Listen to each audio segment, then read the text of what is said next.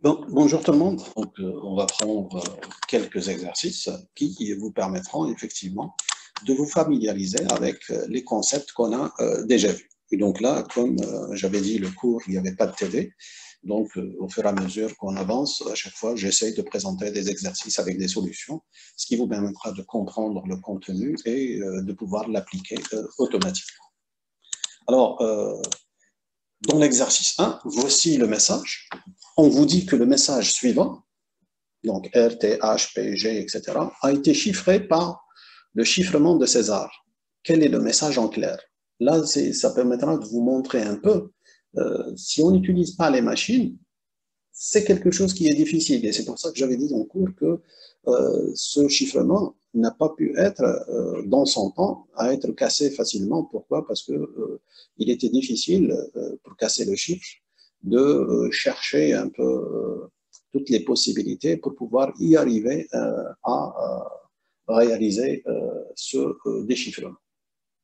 Donc, pour s'en rendre compte, je vous donne cet exercice, donc de réfléchir et de voir quel est le message clair correspondant à ce chiffré qui est donné. Donc, vous essayez de... c'est vrai que là, il y a une possibilité, c'est quoi? C'est de faire tous les cas possibles. Ça veut dire quoi? Ça veut dire que tu supposes qu'il y a un décalage de 1, ensuite un décalage de 2, jusqu'à un décalage de 25. Et à chaque fois que tu essayes de faire les choses pour voir un peu quel est le chiffre qui correspond. Donc ça, c'est la méthode dite méthode brute. Et donc, naturellement, ça prend un certain temps qui est tout à fait normal. Il y avait aussi l'autre possibilité, c'est quoi? C'est de voir le chiffre et de voir quels sont les caractères qui se répètent le plus pour essayer de voir que tel caractère, ça peut être le E. Ensuite, le deuxième, ça va être le S, etc. Donc, comme ici, le problème qui se pose, c'est quoi? C'est que le texte n'est pas assez long. Et donc là, pour utiliser les fréquences des caractères, ce n'est pas très significatif. Pourquoi? Parce que le texte, il est assez court. En général, c'est bon d'utiliser la fréquence des caractères si on a un texte qui est relativement assez long. Et donc ici, un moyen simple de le faire, c'est quoi? C'est de faire ce qu'on appelle la force brute. La force brute, c'est quoi? C'est de pouvoir tester tous les cas possibles, donc pour arriver à le résoudre. Donc, si quelqu'un utilise la machine, il va voir qu'avec la machine, c'est quelque chose qui est instantané. Tu peux trouver le résultat. Alors, manuellement, c'est possible de le faire. Et donc, vous allez trouver le message clair, c'est quoi? C'est César Cipher. Donc, c'est le chiffré de César. Donc, la clé que vous allez trouver qui est valide, c'est la clé 11, K égale à 11. Donc, c'est à travers l'utilisation de cette clé-là qu'on a pu chiffrer le message précédent. Alors, on va passer à un autre exercice. À chaque fois, ça nous permettra de voir différentes figures, différentes possibilités de chiffrement. Donc ici, c'est toujours le chiffrement de César, mais on va utiliser une méthode qui est un peu légèrement différente. Alors, qu'est-ce qu'on va utiliser? Donc, on sait que dans César, on utilise une seule clé, c'est K. Donc, on fait un décalage pour K. Là, ce qu'on va essayer, c'est toujours d'utiliser le principe de César, mais on essaie de compliquer un peu les choses. Pourquoi? Parce qu'on prend la chaîne de caractères, la première des choses, vous remarquez, qu'est-ce qu'on fait? On renverse l'ordre de la chaîne de caractères. Donc, ça veut dire, c'est quand vous avez une chaîne de caractères à chiffrer, donc il suffit de renverser l'ordre de la chaîne de caractères, et ensuite, vous allez chiffrer les caractères qui sont d'indice impair avec K0, la clé K0, et les indices pairs avec la clé K1. Donc, automatiquement, ça nous permettra effectivement de commencer toujours à partir du premier jusqu'à la fin. Donc, juste une notation pour dire que les indices commencent à partir de 1, c'est-à-dire le premier caractère, son indice, c'est pas 0, son indice, c'est 1. Et donc là, c'est-à-dire qu'il est dans la position impair. Et le deuxième, il est en position paire, et ainsi de suite. C'est ce que ça veut dire, cette définition. Alors, dans ce principe-là, on vous donne un exemple. Ça veut dire qu'on vous donne la paire de clés qui est utilisée. Donc, on avait dit qu'on utilisait deux clés, K0 et K1. Ici, K0 c'est 3 et K1 égale à 5. Et on vous dit de chiffrer cette chaîne de caractères vive les algos. Et donc là, ça veut dire que pour commencer, vous devez renverser la chaîne de caractères et ensuite vous appliquez César selon que l'indice est pair ou impair. Donc vous lui appliquez un décalage de K0 ou bien de K1. Donc essayez de faire les choses vous-même et de me dire qu'est-ce que vous avez trouvé comme chiffré. Donc, théoriquement, les choses ne sont pas si compliquées que ça. Donc, vous avez la chaîne de caractères, vous appliquez, il suffit de bien lire le texte. Donc, dans le texte, ce que vous avez la chaîne, vous allez la renverser. Donc, vous allez la prendre du dernier vers le premier. Ensuite, vous allez chiffrer les positions impaires, donc le premier qui est de position impaire, le deuxième de position impaire, et ainsi de suite. Donc chacun, soit vous l'appliquez K0 s'il est impair, ou bien K1 s'il est pair. Et donc ça vous permettra par la suite d'obtenir votre chiffré en conséquence. Alors, quels sont les, je dirais, ne serait-ce que les premiers caractères. C'est-à-dire vous pouvez commencer tout de suite et vous avez les premiers caractères que vous obtenez comme étant chiffrés. Alors, c'est quoi le résultat?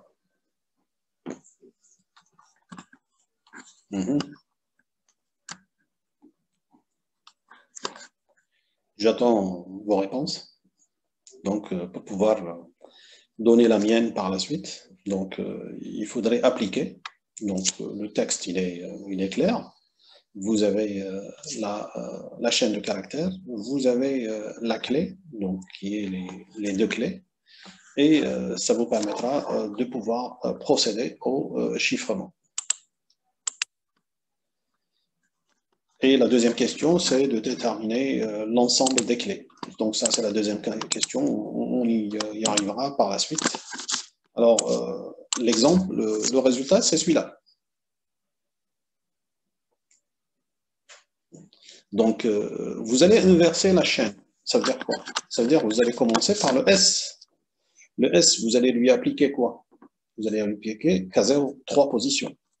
Donc, le S qui va devenir V. Pourquoi? Parce que le S, si tu décales de 3 positions, S, celui qui vient après, c'est T, U, V. Donc, le S deviendra automatiquement le V. Ensuite, le O, vous allez le décaler de 5 positions, vous allez obtenir le R. Et ainsi de suite. Donc, à chaque fois, vous faites vous appliquez cette méthode et automatiquement, ça vous permettra d'avoir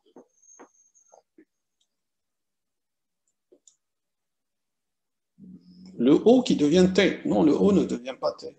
Donc, le O, tu dois lui appliquer un décalage de 5 parce qu'il est en position paire.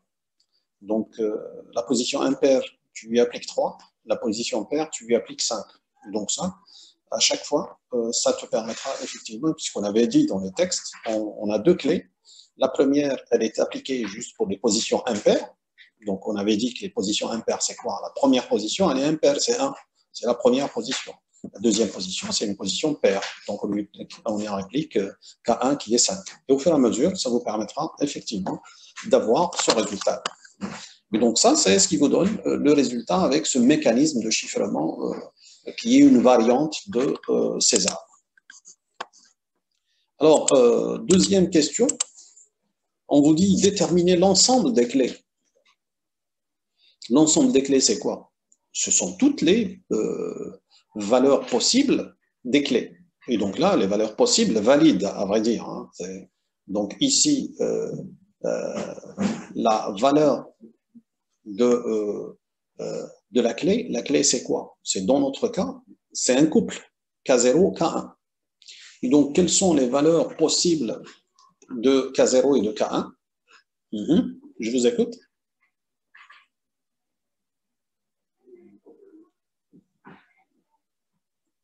Alors?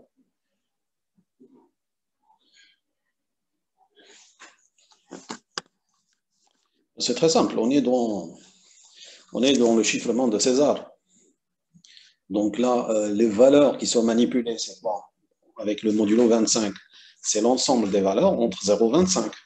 Donc automatiquement, l'ensemble des valeurs, c'est que K0 prend les valeurs de 0 à 25 et les K1 aussi de la même manière, il va prendre des valeurs de 0 à 25. Donc on a tous les couples K0, K1, tel que K0 appartient à l'intervalle 0,25 et K1 appartient à l'intervalle K0,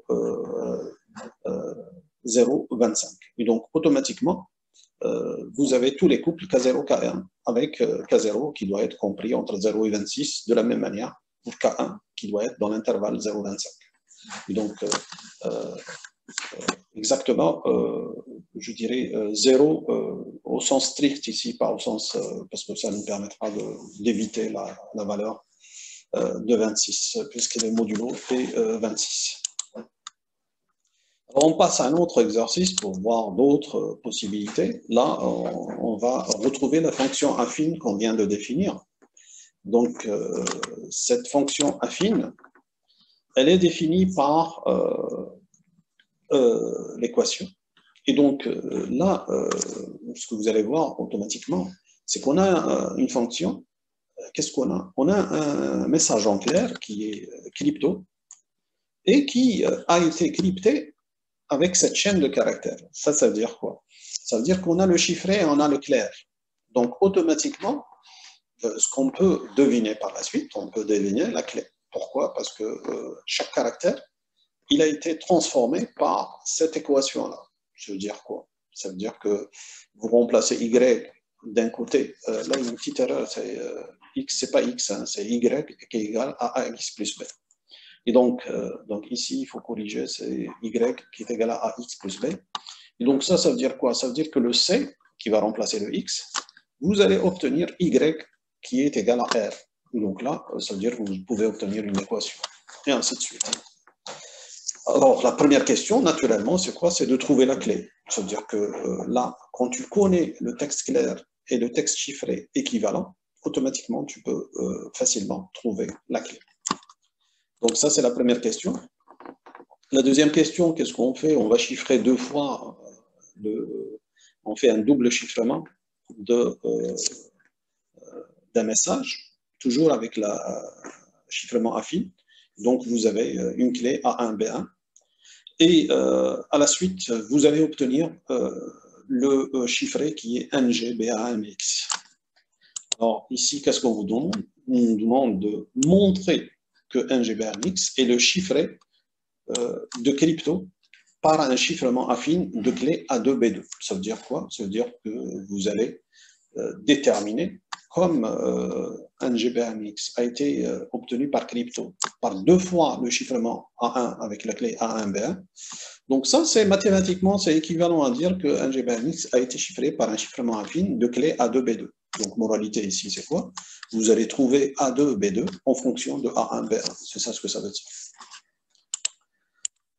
Et la troisième question, on vous dit de trouver A2B2. Qui nous permet de chiffrer le texte à partir du chiffrement affine AB. Alors, la première question, c'est de trouver la clé AB. Donc, vous avez le texte en clair et le texte chiffré. Vous allez pouvoir trouver la clé AB. Donc, l'idée, elle est toute simple, puisque vous avez le chiffré et le message en clair. Donc, vous allez prendre caractère par caractère. Donc, vous savez que le premier caractère, dans le clair, lui correspond au premier caractère du chiffré. Donc, à partir de ces deux caractères, vous allez écrire l'équation. Pourquoi? Parce que Y, c'est le premier caractère. Donc, tu remplaces Y par le premier caractère du chiffré. Et ensuite, le X, tu le remplaces par le premier caractère du message en clair. Ce qui voudra dire que tu vas obtenir une équation. Ensuite, tu vas prendre le deuxième caractère du chiffré et il va remplacer Y et le deuxième caractère du message en clair qui va remplacer le X. Là aussi, tu vas obtenir une deuxième équation. Bien entendu, ici, tu vas avoir deux équations à deux inconnus, puisque les inconnus, c'est A et B. Et donc, deux équations avec deux inconnus, ça, on sait résoudre en mathématiques et on peut retrouver facilement les deux inconnus qui sont A et B. Et donc, de la sorte, ça nous permettra de résoudre ces systèmes d'équations. Et donc, on peut deviner automatiquement la clé de chiffrement. Et donc, ça, c'est le principe qui est réalisé. Et donc ici, vous prenez le message en clair qui est là, donc vous le remplacez par chaque caractère par son chiffre équivalent. Et la même chose pour le message chiffré. Et donc, ce qu'on a, automatiquement, on a la première équation, c'est quoi? Si tu prends le R ici, c'est le 17. Donc 17 égale à 2 fois, puisque le 2 provient de là, du premier caractère, fois A plus B. Je prends le deuxième qui est le O, donc ça veut dire 14 égale, c'est R, donc c'est 17A plus B. Et là, tu te retrouves avec deux équations. Donc, tu dois résoudre ce système d'équations. Donc, deux équations, deux inconnus. Tu peux facilement trouver la solution. Donc, ici, la première étape, c'est quoi? Si tu prends la deuxième équation, tu vas enlever, par exemple, soustraire la première ou inversement, la première, tu vas lui soustraire la deuxième. Donc, automatiquement, ce que tu vas remarquer, le B qui va disparaître. Tu vas avoir une équation à une inconnue, donc le A. Et donc là, tu peux toujours trouver le A. Et donc, c'est ce qui est fait dans la solution. Et donc, ça nous permettra de trouver 5 et 7.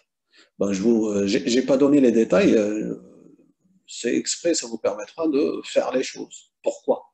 Parce que ici, quand vous allez faire la soustraction, si je prends la deuxième, je vais lui soustraire la première. Qu'est-ce que je vais avoir? 17 moins 2, ça vous donne 15. Donc 15A égale A moins 3. Et donc automatiquement, pour retrouver le A, vous êtes obligé de chercher l'inverse de 15. Et donc vous appliquez l'algorithme d'Euclide étendu. Ça vous permettra de trouver l'inverse de 15. Vous allez multiplier les deux parties et par la suite, vous allez obtenir le A. Donc le A trouvé, ça va être 5. Bien entendu, dès que vous trouvez le A, vous prenez une des deux équations, peu importe, vous remplacez le A par sa valeur, automatiquement, vous pouvez trouver le B automatiquement. Alors, un petit détail, c'est quand on fait les calculs et on trouve une valeur négative. Comment éliminer cette valeur négative? Par exemple, comme j'ai dit, je prends la première équation et la deuxième équation et je vais soustraire la deuxième équation. Donc, ce que vous allez trouver 14 moins 17, ça vous donne moins 3. Alors, ce moins 3, comment le manipuler? Donc, il suffit, je peux toujours le ramener à une valeur positive commun. Il suffit de lui rajouter le modulo qui est utilisé. Ici, le modulo qui est utilisé, c'est le 26. Donc, moins 3, tu lui rajoutes 26, ça va te donner 23. Et donc, tu peux, ça c'est les congruences qui existent en mathématiques. Donc, le moins 3, il est équivalent à 23, plus moins 3 est égal à plus 23, modulo 26. Donc, cette égalité, c'est les mathématiques. Et donc, ça nous permettra d'éliminer les valeurs négatives et d'avoir des valeurs positives. Et donc, on peut faire le calcul par la suite au fur et à mesure. Et donc, c'est comme ça qu'on peut trouver la clé qui est 5, 17.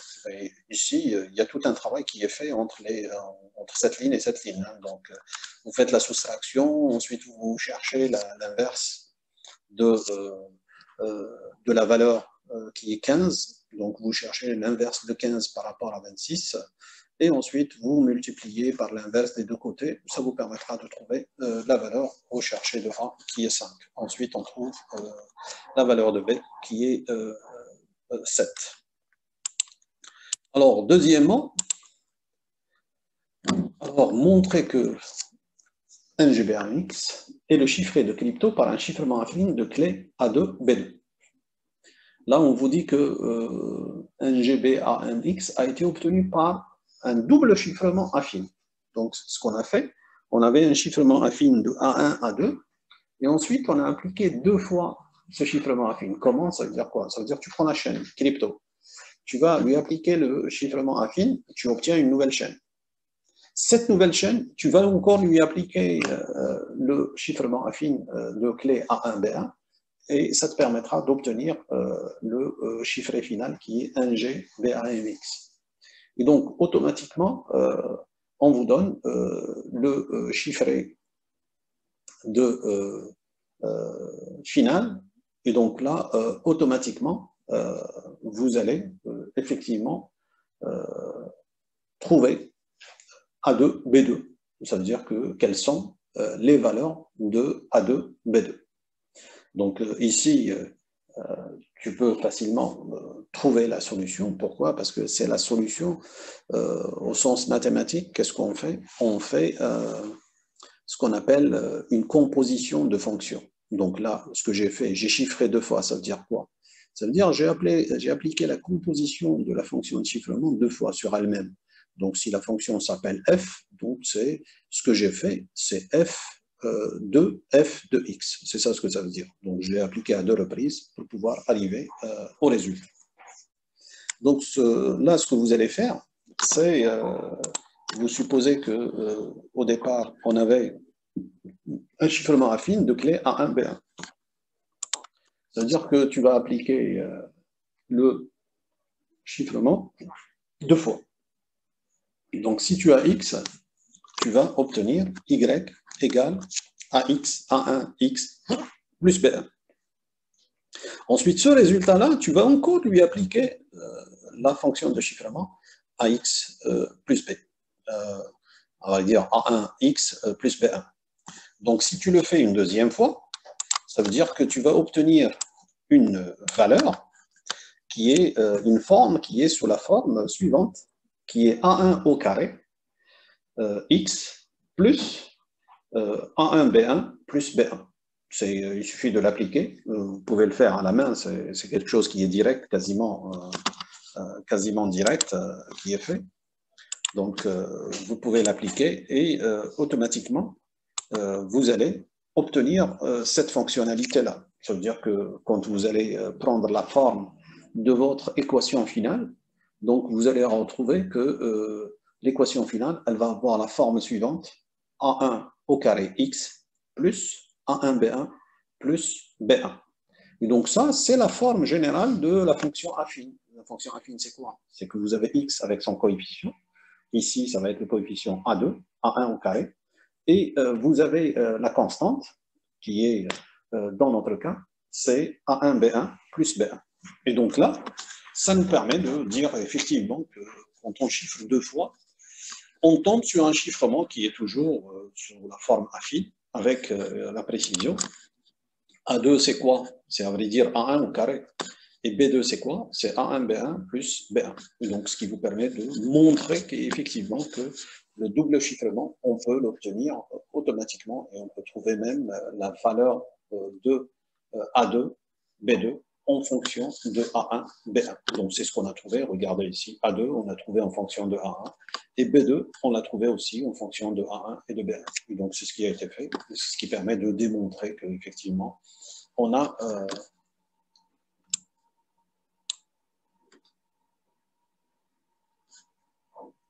Ah ben, B2, il n'est pas au carré pour une raison qui est très simple, parce que B2, si tu veux le faire, donc il suffit de l'appliquer, tout simplement. Donc, écris Y égale A1x plus B1. Donc, c'est ce que tu vas obtenir à la première étape. Donc, si tu passes à l'étape suivante, ça veut dire quoi? Tu vas prendre ton argument, ça va être quoi? Ça va être A1x plus B1. C'est ce que tu vas obtenir comme argument, auquel tu lui appliques la fonction. La fonction, c'est toujours AX plus B. Donc, A1x plus B1. Ça veut dire, or, l'argument que tu as, toi, déjà, c'est A1x plus B2.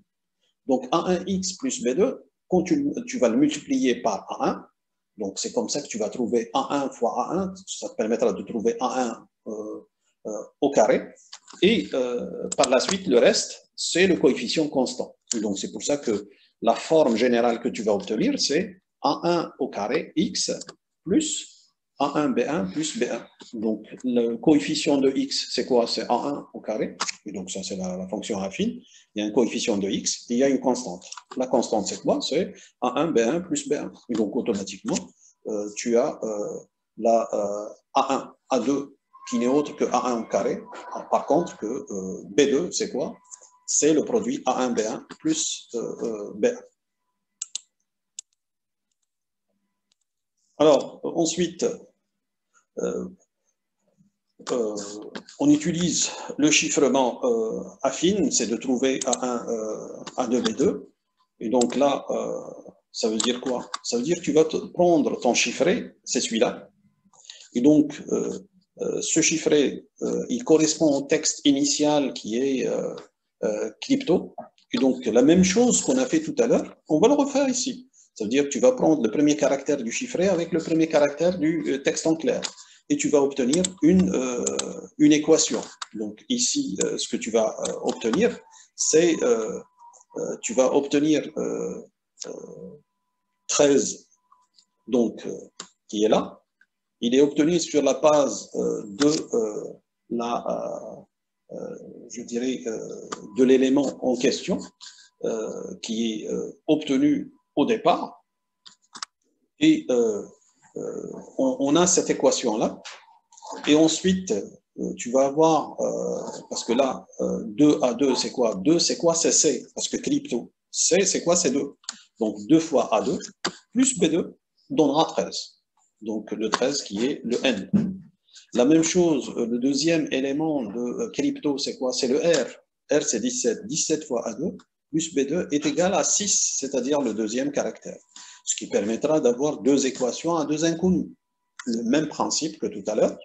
Donc, il suffit pour ces équations-là de faire la même chose que tout à l'heure. Tu fais un décalage, une soustraction entre les éléments. Par exemple, tu soustrais la deuxième de la première. 17 moins 2, ça te donne 15.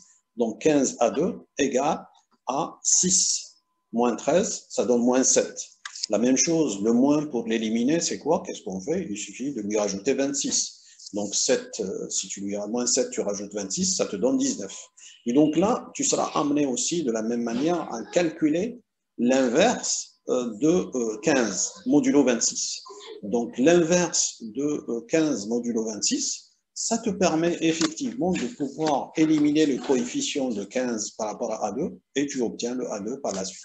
Et donc, le résultat, on peut obtenir le 3 et le 7.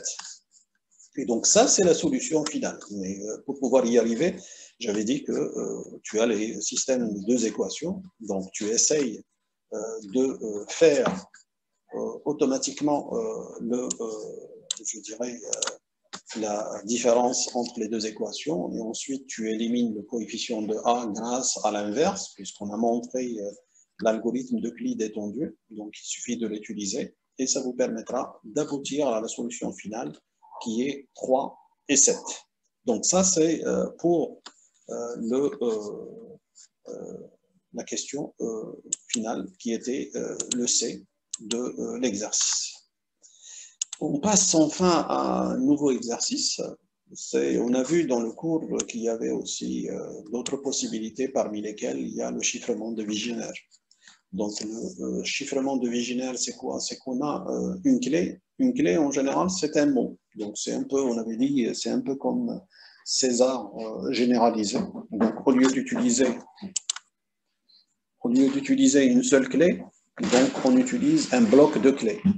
Le bloc de clés, en général, comment il est fait? C'est juste un mot secret qui est utilisé. Donc, ici, si vous voulez...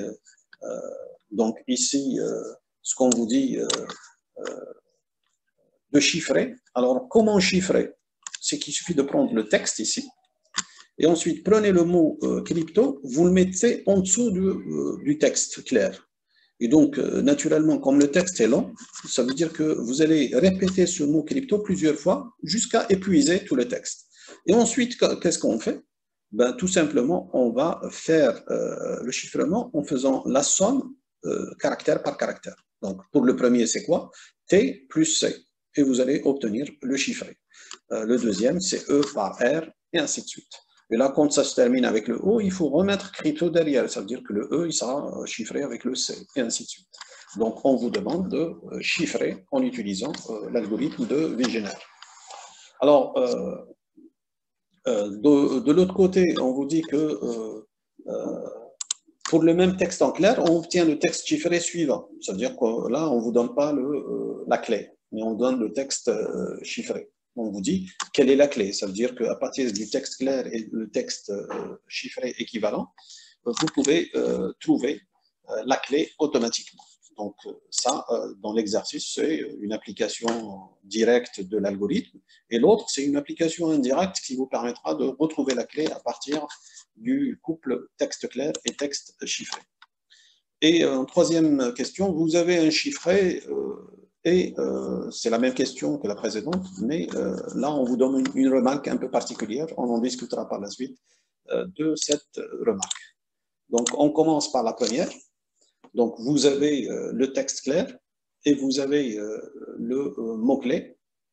On vous demande de trouver le chiffré. Normalement, c'est quelque chose qui est trivial et très facile à faire. Donc, l'idée, c'est de juxtaposer, de mettre sous le texte le mot secret, crypto, que vous allez remettre plusieurs fois. Et ça vous permettra, oui, la première lettre qu'on va trouver, c'est V. Ensuite, donc il suffit de le faire pour toutes les lettres et me donner quel est le texte chiffré correspondant à texte secret à décoder. Donc, il suffit d'appliquer pour voir comment vous appliquez effectivement la méthode. Et donc, la méthode, c'est quoi? C'est de mettre le texte en dessous, tel qu'on a vu dans le cours, et au fur et à mesure, vous faites les additions modulo 26. Ça vous permettra d'obtenir le texte chiffré. Donc, ça, c'est comment on opère pour effectivement avoir le chiffré en utilisant la méthode de Wegener. Alors, voici la solution. Donc, c'est ce que j'avais dit. On va additionner lettre par lettre, donc celle du texte à chiffrer et la clé correspondante. Donc, ce qu'on va obtenir, effectivement, la première lettre, tu vas obtenir V. La deuxième lettre aussi, tu vas obtenir V. Pourquoi? Parce que la deuxième lettre qui est E, tu lui rajoutes le R. Donc, ce qui permet de... Et de la même manière, pour le troisième, donc vous allez obtenir ce texte-là qui correspond au chiffré du premier. Et donc, chaque fois, ça vous permettra d'aller de l'avant pour pouvoir retrouver. Donc, on met crypto sous texte à coder autant de fois que nécessaire. Et donc là, et ensuite, il suffit d'ajouter caractère par caractère, c'est-à-dire à chaque position, tu as un caractère, avec l'autre, tu vas additionner, tu peux obtenir ce résultat qui est obtenu. Alors, pour le deuxième, c'est un peu l'opération inverse, c'est-à-dire que tu as le texte clair et tu as le chiffre. Donc, on vous demande quelle est la clé. Donc, je vous pose la question. Comment on va opérer? C'est-à-dire comment on va trouver la solution, à votre avis? Si vous avez compris le mécanisme. Donc, le mécanisme de chiffrement, on l'a compris. C'est le texte en clair, caractère par caractère. On va faire la somme du caractère du texte à chiffrer avec le caractère du mot secret. Et au fur et à mesure, on obtient la solution. Maintenant, vous avez le problème inverse. Vous avez un texte clair et vous avez un texte chiffré. Donc, si vous raisonnez, vous allez trouver la solution. Pourquoi? Le texte chiffré, comment on l'obtient à partir du texte clair? C'est qu'on prend le texte clair, on met le mot secret autant de fois nécessaire et on fait la somme pour trouver le résultat. Maintenant, tu as le résultat et tu as le début. Le texte, le mot secret, comment tu vas le trouver? Ben, tout simplement, c'est normal, tu vas faire la soustraction. Et donc là, qu'est-ce que tu vas faire? Pour être plus précis, la soustraction. Tu vas soustraire le clair du chiffré. Donc, c'est ce qu'on va faire. Donc, tu vas prendre le texte chiffré moins le texte clair, et là, tu vas trouver la séquence du mot clé qui a été utilisé. Donc, il suffit d'opérer de la sorte. Donc, tu as là, on fait une sorte de soustraction, et par la suite, tu vas voir que le mot-clé qui a été utilisé, regarde, c'est introuvable. Et ensuite, tu vas trouver aussi, parce que là, quand on chiffre, on met le mot-clé, ensuite on remet le mot-clé, autant de lettres que nécessaire par rapport au texte. Et donc là, on trouve introuvable. Pourquoi? Parce que le texte s'est arrêté ici. Si le texte était assez long, tu vas voir introuvable, introuvable, introuvable, introuvable, introuvable, etc. Et donc là, ce qui permet de donner la clé, c'est celle qui se répète ici. Donc c'est ça la clé de chiffrement. Et donc c'est comme ça qu'on trouve la clé de chiffrement. Enfin, la dernière question, c'est que le même procédé, c'est que tu as cette chaîne de caractères chiffrés et qui est obtenue à partir du même texte clair. Donc ici, tu vas essayer de retrouver le mot secret, donc la clé. Donc essayez de le faire et de voir quelle est la clé que vous allez obtenir.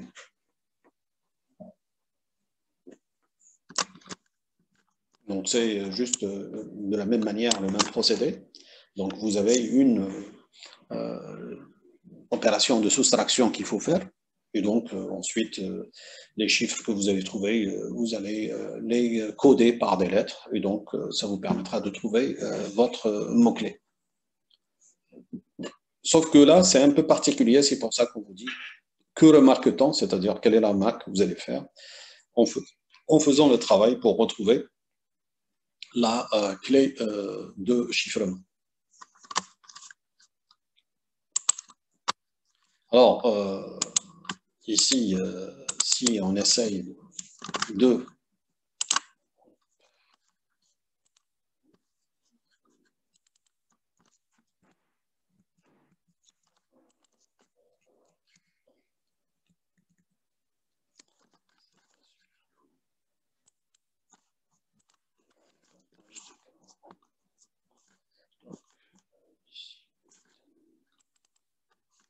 donc ici,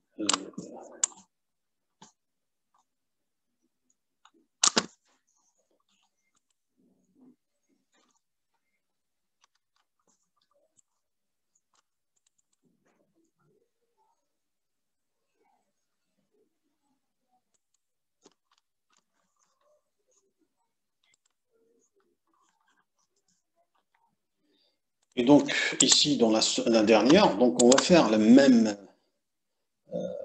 opération. Et donc vous allez voir que ce que vous avez trouvé. Donc si tu ferais, j'ai dit que tout à l'heure, c'est pas un problème quand tu as des valeurs négatives. Donc, il faut les rendre positifs. Comment les rendre positifs? Il suffit de leur rajouter 26. Donc, automatiquement, tu obtiens la valeur positive. Et là, à partir de là, regardez ce que je vais obtenir. Je vais obtenir ça. Donc, ici, ce qu'on remarque, c'est un mot-clé qui ne se répète pas. Ça veut dire quoi? Ça veut dire qu'on est dans le cas particulier. Pourquoi? Parce que dans VGNR, tu as une clé qui se répète. Mais il y a une autre méthode qui existe et qu'on appelle le OTP, c'est-à-dire le One-Time Password. Donc ici, ça veut dire que tu as ce qu'on appelle une clé jetable. La clé jetable, c'est quoi? C'est une clé qui est utilisée une seule fois. Et donc, automatiquement, là, ce que tu vas trouver, tu ne vas pas trouver de répétition. C'est une clé qui a été utilisée tout le long du texte. C'est un peu, pour vous donner un exemple concret, c'est ce qui existe. Quand vous achetez, par exemple, les télécartes, les cartes de chargement de téléphone, en général, on vous dit pour charger votre téléphone, vous devez gratter un peu une zone qui est grisé. Donc, vous allez gratter, ça vous permettra d'avoir un chiffre qui est assez lent. En général, le principe, c'est quoi? C'est que ce chiffre-là, il est utilisé une seule fois. C'est cette technique qui est utilisée pour pouvoir générer des cartes que les gens ne puissent pas c'est-à-dire les usurper d'une manière très facile. Donc là, c'est un peu la remarque qui a été faite concernant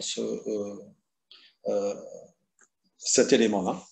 Et donc, automatiquement, c'est pour attirer votre attention qu'à un moment donné, quand la clé ne se répète pas, ça veut dire qu'on est dans le cas particulier où on a une clé qui est utilisée une seule fois et donc qui ne peut pas être réutilisée par